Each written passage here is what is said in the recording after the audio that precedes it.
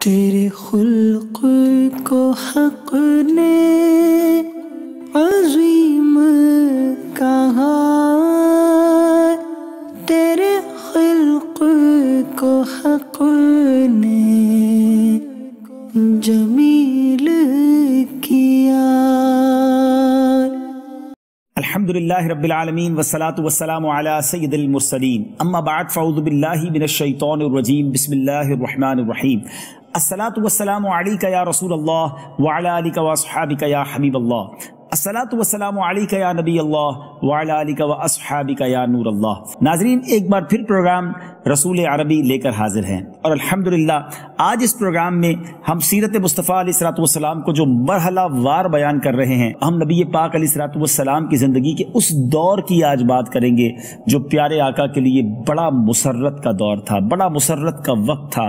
رمضان سن 8 سنہ ہجری تاریخ نبوت کا نہایت ہی عظیم الشان عنوان ہے۔ صرف 8 سالوں کے بعد نبی پاک علیہ الصلوۃ والسلام ایک فاتح اعظم کی شان و شوکت کے ساتھ اس مکہ شریف میں آپ نے نزول اجلال فرمایا، اور کعبۃ اللہ شریف میں اپنے سجدوں کے جمال و جلال سے خدا کے مقدس گھر کی عظمت کو سرفراز فرمایا۔ سبحان اللہ۔ لیکن یہاں ہو سکتا ہے ناظرین کے ذہنوں میں یہ سوال پیدا ہو کہ صلح حدیبیہ کے بعد تو یہ طے ہو گیا تھا کہ 10 سال تک فریقین کے درمیان کوئی جنگ نہ ہوگی، یہ 2 سال بعد ہی، کیونکہ صلح حدیبیہ سن 6 ہجری میں ہوتا ہے اور سن 8 ہجری میں مکہ فتح ہوتا ہے، تو یہ لڑائی کیسے ہو گئی، یہ جنگ کیوں ہوئی؟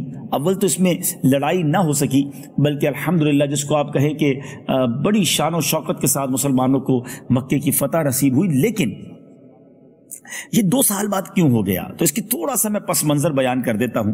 صلح حدیبیہ میں جو معاہدہ ہوا تھا، اس وقت یہ طے ہوا تھا کہ جو قبیلہ قریش کے لوگوں کے ساتھ اپنا معاہدہ کرنا چاہے وہ ان کے فریق بن جائیں، اور جو نبی پاک علیہ الصلوۃ والسلام یعنی مدینے والوں کے ساتھ معاہدہ کرنا چاہتے ہیں وہ ان کے حلیف اور ساتھی بن سکتے ہیں۔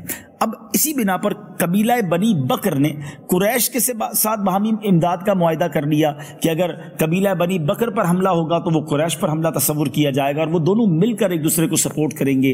اور نبی پاک علیہ الصلوۃ والسلام والوں کے ساتھ، مدینہ شریف والوں کے ساتھ قبیلہ جو تھا وہ بنی خزاعہ نے پیارے آقا علیہ الصلوۃ والسلام کے ساتھ باہمی امداد کا معاہدہ کر لیا، مگر قریش کے لوگوں نے جو بنی بکر کے ساتھ تھے انہوں نے بنی خزاعہ پر حملہ کر دیا، 23 لوگ ان کے مار دیے، اور کعبے کے اندر بھی انہوں نے قتل سے جو ہے وہ دریغ نہیں کیا۔ تو اب بنی خزاعہ کے لوگ نبی پاک علیہ الصلوۃ والسلام کی بارگاہ میں فریاد لے کر آئے کہ حضور ہم آپ کے حلیف ہیں، آپ کے ساتھی ہیں، اور آپ نے یہ وعدہ کیا تھا کہ ہم پر حملہ ہوا تو مسلمان ہماری مدد کریں گے۔ تو اب نبی پاک علیہ الصلوۃ والسلام نے مکہ شریف والوں کو یہ 3 آپشن دیے کہ پہلے یا تو بنی خزاعہ کے جو لوگ قتل کیے گئے ہیں ان کا خون بہا ادا کر دیا جائے، یا نمبر 2 قریش قبیلہ بنی بکر کی حمایت سے الگ ہو جائیں کیونکہ ان لوگوں نے یہ حملہ کیا تھا، یا تیسرا یہ کہ آپ علل اعلان اناؤنس کر دیں کہ اب صلح حدیبیہ ختم ہو چکا ہے۔ یعنی مسلمانوں کی طرف سے پہل نہیں ہوئی تھی، مسلمانوں نے آپشن دیا۔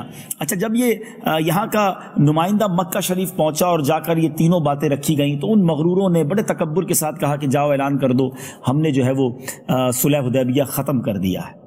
یہ پیغام لے کر جو نبی پاک علیہ الصلوۃ والسلام کے قاصد تھے وہ تو واپس آ گئے، مگر اب مکے والوں کو گھبراہٹ شروع ہو گئی کہ یہ جیسے ہی پیغام جائے گا تو اب ہم پر حملہ کیا جا سکتا ہے، اور اب مسلمان وہ کمزور نہیں رہے، اب بڑی طاقت کے ساتھ حملہ ہوگا، اور ہو سکتا ہے کہ ہم مکے شریف کی جو حکمرانی ہمارے پاس ہے وہ ہمارے ہاتھوں سے چلی جائے۔ تو اب بڑی چالاکی کے ساتھ کوشش کی گئی کہ ابو سفیان کو بھیجا جائے اور کسی طرح صلح حدیبیہ کی پھر تجدید ہو جائے اور یہ معاہدہ جو ہے وہ کنٹینیو ہو جائے۔ تو ابو سفیان جو ہیں وہ مدینے پہنچتے ہیں، ان کی جو بیٹی ہیں، یاد رہے اب حالانکہ وہ صاحبزادی ام المومنین بن چکی ہیں، حضرت ام حبیبہ رضی اللہ تعالی عنہا، ابو سفیان ان کا والد ہے، وہ اپنی بیٹی کے پہلے گھر گئے، بستر پر بیٹھنا چاہا، بیٹی نے بیٹھنے نہ دیا۔ باپ کہتا ہے بیٹا میں تمہارا والد ہوں، لیکن اس نے بیٹی نے جو ام المومنین ہیں کہتی ہیں تم نجس ہو، تم مشرک ہو، تم نبی پاک کے اس پاک بستر پر نہیں بیٹھ سکتے۔ اپنے باپ کو بھی گویا گھر سے نکال دیا۔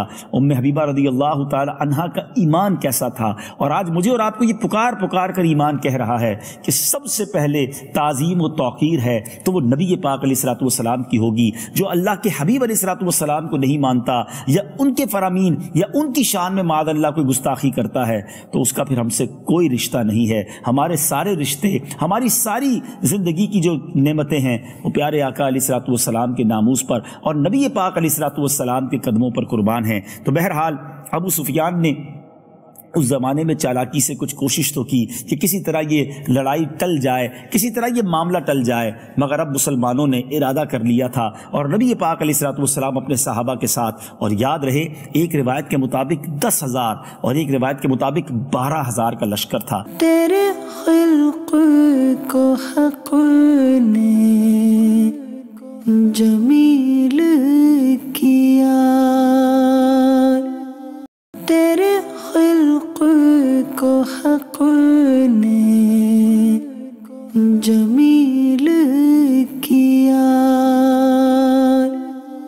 ناظرین یہاں ایک بات سمجھنے والی ہے، سن 2 ہجری میں جب بدر کا مارکہ ہوتا ہے 313 مسلمان ہیں، اور سن 8 ہجری میں فتح مکہ ہوتی ہے. اب یہ صرف 5 سال کا فرق ہے. ودن 5 ایئرز 313 سے مسلمانوں کی تعداد 10 سے 12,000 کے لشکر تک پہنچ چکی ہے، اور یقیناً مرد گئے تھے تو کتنی خواتین بھی مدینہ منورہ میں موجود ہوں گی. تو سبحان اللہ، اب یہ نبی پاک علیہ الصلوۃ والسلام رمضان شریف میں 10 رمضان سن 8 ہجری کو پیارے آقا علیہ الصلوۃ والسلام مدینہ شریف سے ایک روایت کے مطابق 10,000 اور ایک روایت کے مطابق 12,000 مسلمانوں کا لشکر لے کر روانہ ہوئے. ایک عجب، جس کو آپ کہیں جاہو جلال تھا، ایک عجب سما تھا، ایک عجب روب تھا. بہرحال یہ لشکر اب روانہ ہوتا ہے. نبی پاک جب روانہ ہوئے، رمضان کا مہینہ تھا، میرے آقا روزے سے تھے، مگر مقام قدید پر جب نبی پاک پہنچے تو آپ نے سب لوگوں کے سامنے اپنی سواری پر بیٹھ کر پانی نوش فرمایا اور سب کو روزہ چھوڑنے کا حکم دے دیا.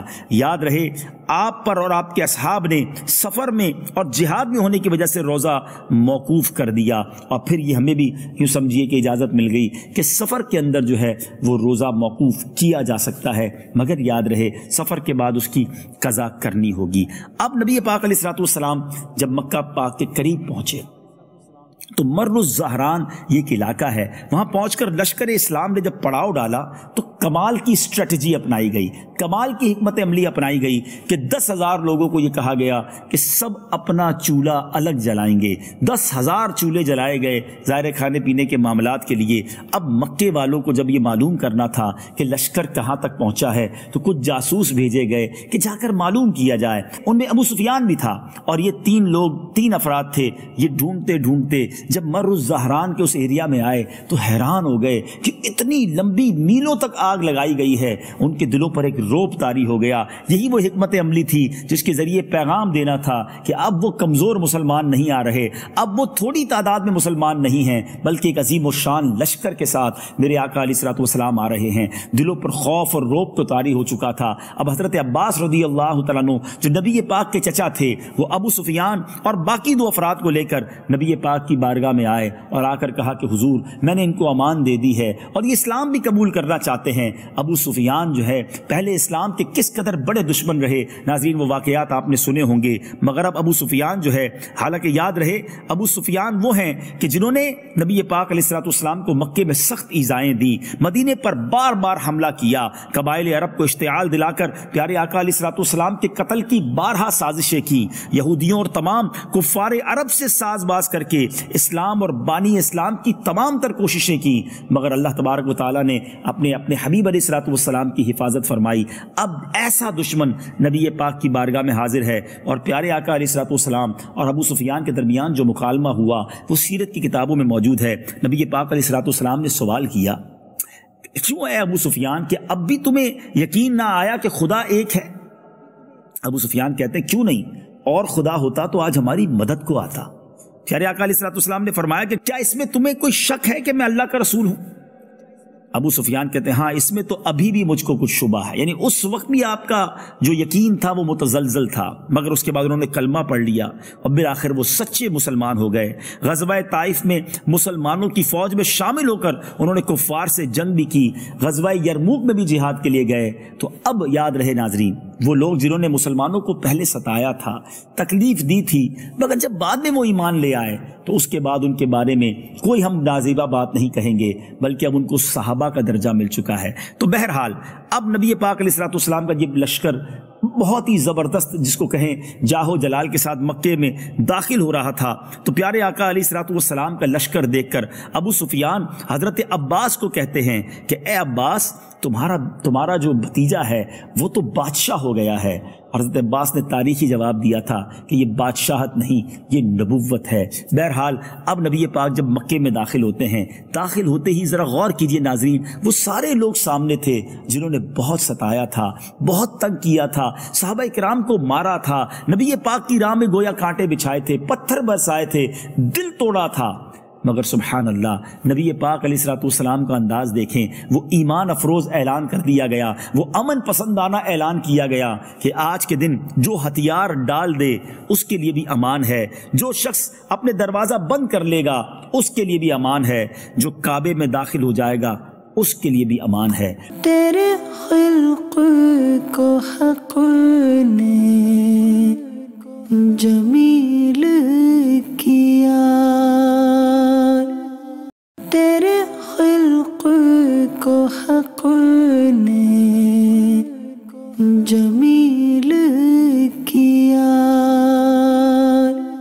حضرت عباس رضی اللہ تعالیٰ عنہ نے نبی پاک سے عرض کی کہ حضور ابو سفیان ایک فخر پسند آدمی ہے، کوئی اعلان ایسا بھی کر دیں اس کی بھی فیس سیونگ ہو جائے، وہ بھی جناب اپنے معاشرے اپنے قبیلے میں کچھ منہ دکھانے جیسا ہو جائے۔ تو نبی پاک علیہ الصلوۃ والسلام نے فرمایا جو ابو سفیان کے گھر میں داخل ہو جائے اس کے لیے بھی امان ہے۔ ابو سفیان اب مکے میں داخل ہوتا ہے اور چلا چلا کر لوگوں کو کہنے لگے کہ جو میرے گھر میں داخل ہو گیا اس کے لیے بھی امان ہے۔ اے مکے کے لوگوں، ہم محمد عربی صلی اللہ تعالیٰ علیہ وسلم کے لشکر سے نہیں لڑ سکیں گے۔ لوگوں نے بڑے تانے دیے، خود ان کی زوجہ نے ان کو بڑے تانے دیے کہ تم ایسی بزدلی کی باتیں کرتے ہو، مگر حضرت ابو سفیان نے کہا کہ دیکھو جلدی میرے گھر میں آ جاؤ، جو میرے گھر میں داخل ہو گیا اس کے لیے امان ہے۔ تو اب اہل قریش کہنے لگے ابو سفیان تمہارے گھر میں کتنے لوگ داخل ہو سکیں گے؟ بہرحال انہوں نے کہا کہ نبی پاک نے یہ بھی اعلان کیا ہے جو کعبے میں چلا گیا اس کے لیے بھی امان ہے، اپنے گھر کا دروازہ بند کر لے اس کے لیے بھی امان ہے، جو ہتھیار رکھ دے اس کے لیے بھی امان ہے۔ کچھ کعبے میں چلے گئے، کچھ نے گھر کا دروازہ بند کر دیا اور کچھ لوگ ہاتھ اٹھا کر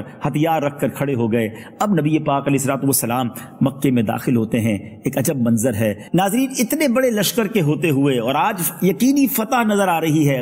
مکہ شریف جہاں ان ظالموں کا ڈیرا تھا جنہوں نے تکلیف کے ساتھ واپس لوٹایا تھا، مگر اب مکے میں جب داخلہ ہے تو عاجزی کے پیکر ہیں نبی پاک علیہ الصلوۃ والسلام، سر عاجزی میں جھکا ہوا ہے، سورہ فتح کی تلاوت ہے اور سبحان اللہ سر پر سیاہ امامہ نبی پاک نے باندھا ہوا ہے۔ بہرحال اب نبی پاک مکے میں داخل ہوئے، لوگوں نے اپنے دروازے بند کر لیے، کچھ ابو سفیان کے گھر میں داخل ہو گئے، گویا بغیر کسی بڑی لڑائی کے مکہ فتح ہو گیا۔ اب نبی پاک علیہ الصلوۃ والسلام اونٹنی پر سوار ہو کر مسجد الحرام کی طرف روانہ ہوئے، حضرت بلال بھی آپ کے ساتھ ہیں، کعبہ کلید بردار جو ہیں عثمان بن طلحہ بھی آپ کے ساتھ تھے۔ نبی پاک علیہ الصلوۃ والسلام نے کعبے کا طواف کیا، حجر اسود کو بوسہ دیا۔ ذرا غور کیجئے کیسا منظر ہوگا جہاں طواف نہیں کرنے دیتے تھے۔ حدیبیہ کے موقع پر 2 سال پہلے احرام باندھ کے مسلمان آئے تھے، صحابہ کرام اور نبی پاک کو عمرہ بھی نہیں کرنے دیا گیا تھا، اب طواف ہو رہا تھا، اب حجر اسود کو بوسہ بھی دیا گیا۔ اب نبی پاک علیہ الصلوۃ والسلام نے کیا کیا؟ حیرت انگیز مثال کیا ہے انقلاب زمانہ کی کہ حضرت ابراہیم خلیل اللہ علی نبینا علیہ الصلوۃ والسلام جن کا لقب بت شکن ہے، ان کی یادگار خانہ کعبہ کے اندرون حصار 360 بتوں کی قطار تھی، کعبے کے اندر 360 بت تھے۔ پیارے آقا علیہ الصلوۃ والسلام نے حضرت خلیل کا حقیقی جانشین ہونے کا حق کیسے ادا کیا کہ یادگار خلیل یعنی کعبہ مشرفہ کو ان بتوں سے پاک کیا، ان کی گندی آلائشوں سے پاک کیا۔ پیارے آقا علیہ الصلوۃ والسلام خود بنفس نفیس ایک چھڑی لے کر کھڑے ہو گئے، ان بتوں کو چھڑی کی نوک سے گرانے لگے، ایک ایک کر کے بت گراتے گئے اور قرآن پاک کی آیت پڑھتے گئے، جاء الحق وزہق الباطل ان الباطل کان زہوقا، یعنی حق آ گیا اور باطل مٹ گیا، اور باطل مٹنے ہی کی چیز تھی۔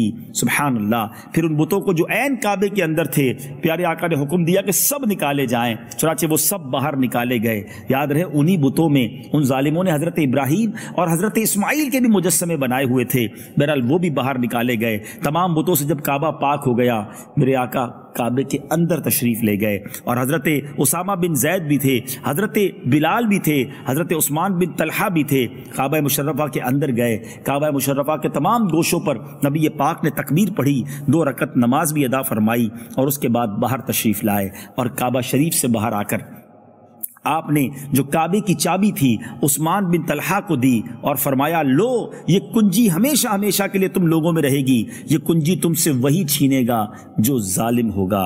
سبحان اللہ۔ اس کے بعد نبی پاک علیہ الصلوۃ والسلام نے شہنشاہ اسلام کی حیثیت سے حرم الہی میں سب سے پہلا دربار عام منعقد فرمایا۔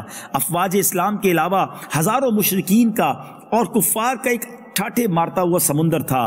اسی شہنشاہی خطبے میں نبی پاک علیہ الصلوۃ والسلام نے اہل مکہ ہی سے نہیں بلکہ ساری دنیا سے، اقوام عالم سے خطبہ ارشاد فرمایا جو آج بھی تاریخ کی کتابوں میں سنہرے حروف میں لکھا ہے۔ ایک ایسا لائے عمل عطا فرمایا، زندگی گزارنے کا ایک ایسا سلیقہ عطا فرمایا جو آج بھی بیان کریں تو ایسا لگتا ہے یہ آج کے دور کے لیے ہے۔ ذرا اس خطبے کی چند میں جھلکیاں آپ کے سامنے پیش کرتا ہوں۔ میرے آقا فرماتے ہیں، ایک خدا کے سوا کوئی معبود نہیں، اس کا کوئی شریک نہیں، اس نے اپنا وعدہ سچ کر دکھایا، اس نے اپنے بندے نبی پاک علیہ الصلوۃ والسلام کی مدد کی اور کفار کے تمام لشکروں کو تنہا شکست دے دی۔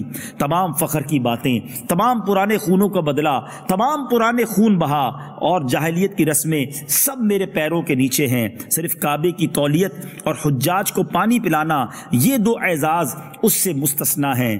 اے قوم قریش، اب جاہلیت کا غرور اور خاندانوں کا افتخار خدا نے مٹا دیا۔ تمام لوگ حضرت آدم علیہ الصلوۃ والسلام کی نسل سے ہیں اور حضرت آدم علیہ الصلوۃ والسلام مٹی سے بنائے گئے ہیں۔ اس کے بعد نبی پاک علیہ الصلوۃ والسلام نے قرآن مجید کی یہ آیت تلاوت کی جس کا ترجمہ یہ تھا، اے لوگوں، ہم نے تم کو ایک مرد اور ایک عورت سے پیدا کیا اور تمہارے لیے قبیلے اور خاندان بنا دیے تاکہ تم آپس میں ایک دوسرے کی پہچان رکھو، لیکن خدا کے نزدیک سب سے زیادہ شریف وہ ہے جو سب سے زیادہ پرہیزگار ہے۔ یقیناً اللہ تعالیٰ بڑا جاننے والا اور خبر رکھنے والا ہے۔ بے شک اللہ نے شراب کی خرید و فروخت کو حرام فرما دیا ہے۔ اس کے بعد نبی پاک علیہ الصلوۃ والسلام نے اس ہزاروں کے مجمع پر نظر ڈالی۔ ناظرین، ذرا اس منظر کو ذہن میں لانے کی کوشش کیجیے کہ اب فاتح کی حیثیت سے ہیں، وہ سارے لوگ سامنے کھڑے ہیں جنہوں نے ظلم و جفا کی وہ آندھیاں چلائیں کہ آج بھی سنیں تو آنکھیں اشک بار ہو جاتی ہیں۔ تیرے خلق کو حق نے جمیل کیا، خلق کو حق نے جمیل کیا۔ حضرت بلال کو تپتی ریت پر لٹا کر سینے پر بھاری پتھر رکھنے والے لوگ بھی وہاں تھے۔ حضرت خباب کی پیٹھ کو کوئلوں سے جلانے والے بھی وہ لوگ وہاں تھے۔ وہ لوگ بھی تھے جو نبی پاک پر بار بار پتھروں کی بارش کر چکے تھے۔ وہ خون خوار بھی تھے جنہوں نے نبی پاک علیہ الصلوۃ والسلام پر قاتلانہ حملے کیے تھے۔ پیارے آقا کے دندان مبارک کو شہید کرنے والے اور پیارے آقا کے چہرے کو لہو لہان کرنے والے بھی وہ لوگ وہاں موجود تھے۔ وہ اوباش بھی تھے جو برسا برس بہتان تراشیوں اور شرمناک گالیوں سے نبی پاک علیہ الصلوۃ والسلام کے قلب مبارک کو زخمی کر چکے تھے۔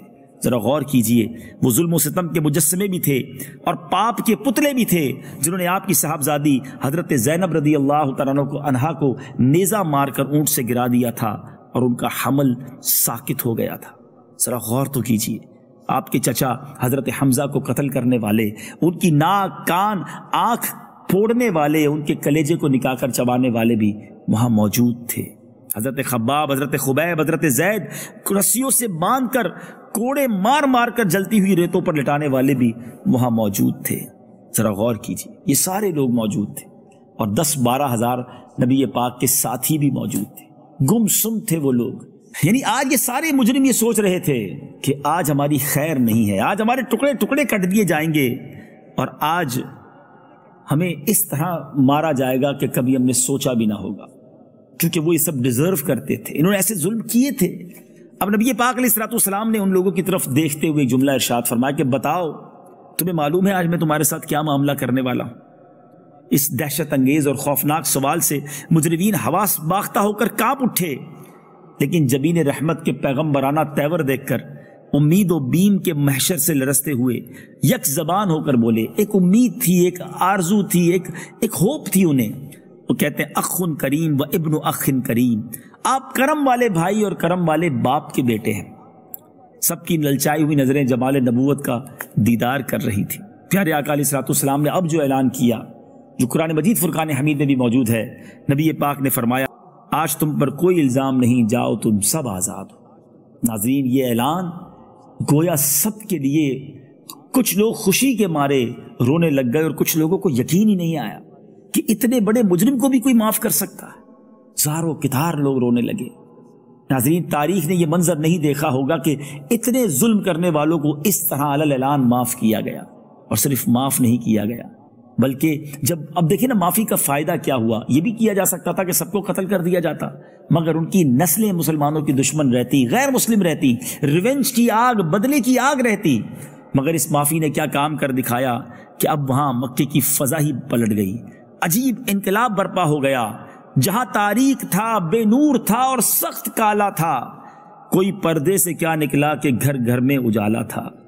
اب نعرہ تکبیر کی صداؤں سے مکہ گونجنے لگا اور بلند آواز سے کفاران مکہ نے کلمہ پڑھنا شروع کر دیا۔ نبی پاک کی اس رحم دلی کو اور اس معافی کو اتنا پازیٹیو لیا گیا کہ بڑی تعداد میں لوگ مسلمان ہو گئے۔ یہ ہے معافی کا فائدہ۔ بدلے سے دشمنی تو بڑھائی جا سکتی ہے، معافی سے دشمن کو اپنا بنایا جا سکتا ہے۔ کاش فتح مکہ کا یہ پیغام میں اور آپ لیں۔ آج قبائلی دشمنیوں میں مسلمان ملوث ہیں، آج خاندانی دشمنیوں میں مسلمان ملوث ہیں۔ آج بندہ کہتا ہے میں چھوڑوں گا نہیں، میں بدلہ ضرور لوں گا، میں نہیں لے سکوں گا تو میری اولاد بدلہ لے گی۔ یہ اسلام نہیں ہے، یہ نبی پاک کی تعلیمات نہیں ہیں۔ ناظرین، ایک سٹیپ اور آگے بڑھ کر نبی پاک نے کیا فرمایا؟ اب ظاہر ہے مکے سے جب صحابہ گئے تھے تو کچھ کی پراپرٹیز تھیں، یہاں پر کاروبار تھا جن پر کفار مکہ قابض ہو چکے تھے، مگر یہ کیسی معافی تھی کہ اب جب مہاجرین واپس مکے آئے تھے تو ہو سکتا ہے ان کے دلوں میں یہ امید ہو کہ اب ہماری پراپرٹیاں ہمارے گھر میں واپس ملیں گے، مگر نبی پاک علیہ الصلوۃ والسلام نے کیا خوب اعلان فرمایا، مہاجرین سے فرمایا کہ اپنی جائیدادیں خوشی خوشی مکے والوں کو تحفے میں دے دو۔ اللہ اکبر! وہ صحابہ بھی کیسے تھے، جب پیارے آقا نے معاف کیا انہوں نے بھی معاف کیا اور اپنی پراپرٹیز بھی واپس نہیں لیں۔ یہ ہے اسلام۔ فتح مکہ تاریخ کا وہ سنہرا باب ہے کہ جتنی بار پڑھیں ایمان تازہ ہوتا ہے۔ فتح مکہ معافی کا درس دیتا ہے، فتح مکہ درگزر کا درس دیتا ہے، فتح مکہ دل بڑا رکھنے کا درس دیتا ہے۔ اور اسلام جو پھیلا ہے یہ تلوار کے زور پہ نہیں، معافی اور درگزر سے پھیلا ہے۔ اتنے بڑے بڑے دشمنوں کو نبی پاک نے معاف کر دیا، ہم چھوٹی بات ناظرین معاف کرنے کے لیے تیار نہیں ہوتے۔ کاش میں بھی اس سے درس حاصل کروں اور آپ بھی یہ درس حاصل کریں۔ خاندانی دشمنیاں چھوڑ دیجئے، چھوٹی چھوٹی بات پر ہم نے رشتہ داریاں کاٹی ہوئی ہیں، فلاں ماموں کے گھر، فلاں چچا کے گھر، فلاں بھائی سے ہم بات نہیں کرتے۔ ایسا نہ کریں، اس ربیع الاول میں آگے بڑھیے۔ اگر کسی نے آپ کا دل دکھایا بھی ہے معاف کر دیجئے۔ کسی کے یہاں جانا آنا ختم کر دیا ہے، اس معاملے کو اب ختم کیجئے اور چلے جائیے اس کے گھر پر۔ اگر کوئی شرعی پرابلم نہیں تو رابطہ کر کے تحفہ لے کر جائیے، اور ہو سکتا ہے وہ آپ کو کہیں بھی کہ اچانک کیوں آئے ہو تو آپ کہیں کہ نبی پاک کے میلاد کا مہینہ آیا ہے، میں نے فتح مکہ کے بارے میں سنا ہے، نبی پاک نے تو بڑے بڑے جانی دشمنوں کو معاف کر دیا۔ بس آؤ بھائی ہم بھی مل کر رہتے ہیں، تھوڑی سی زندگی ہے، محبت کے ساتھ جینا سیکھ جائیں۔ اگر یہ درگزر معافی کا عنصر ہمارے دلوں میں آ جائے ناظرین تو ہمارا معاشرہ امن و امان کا گہوارہ بن سکتا ہے۔ اور یہی تو نبی پاک کی سیرت ہے کہ پڑھتے جائیں، امپلیمنٹ اپنی ذات پر کرتے جائیں اور زندگی اچھی گزارتے جائیں۔ اللہ کرے دل میں اتر جائے۔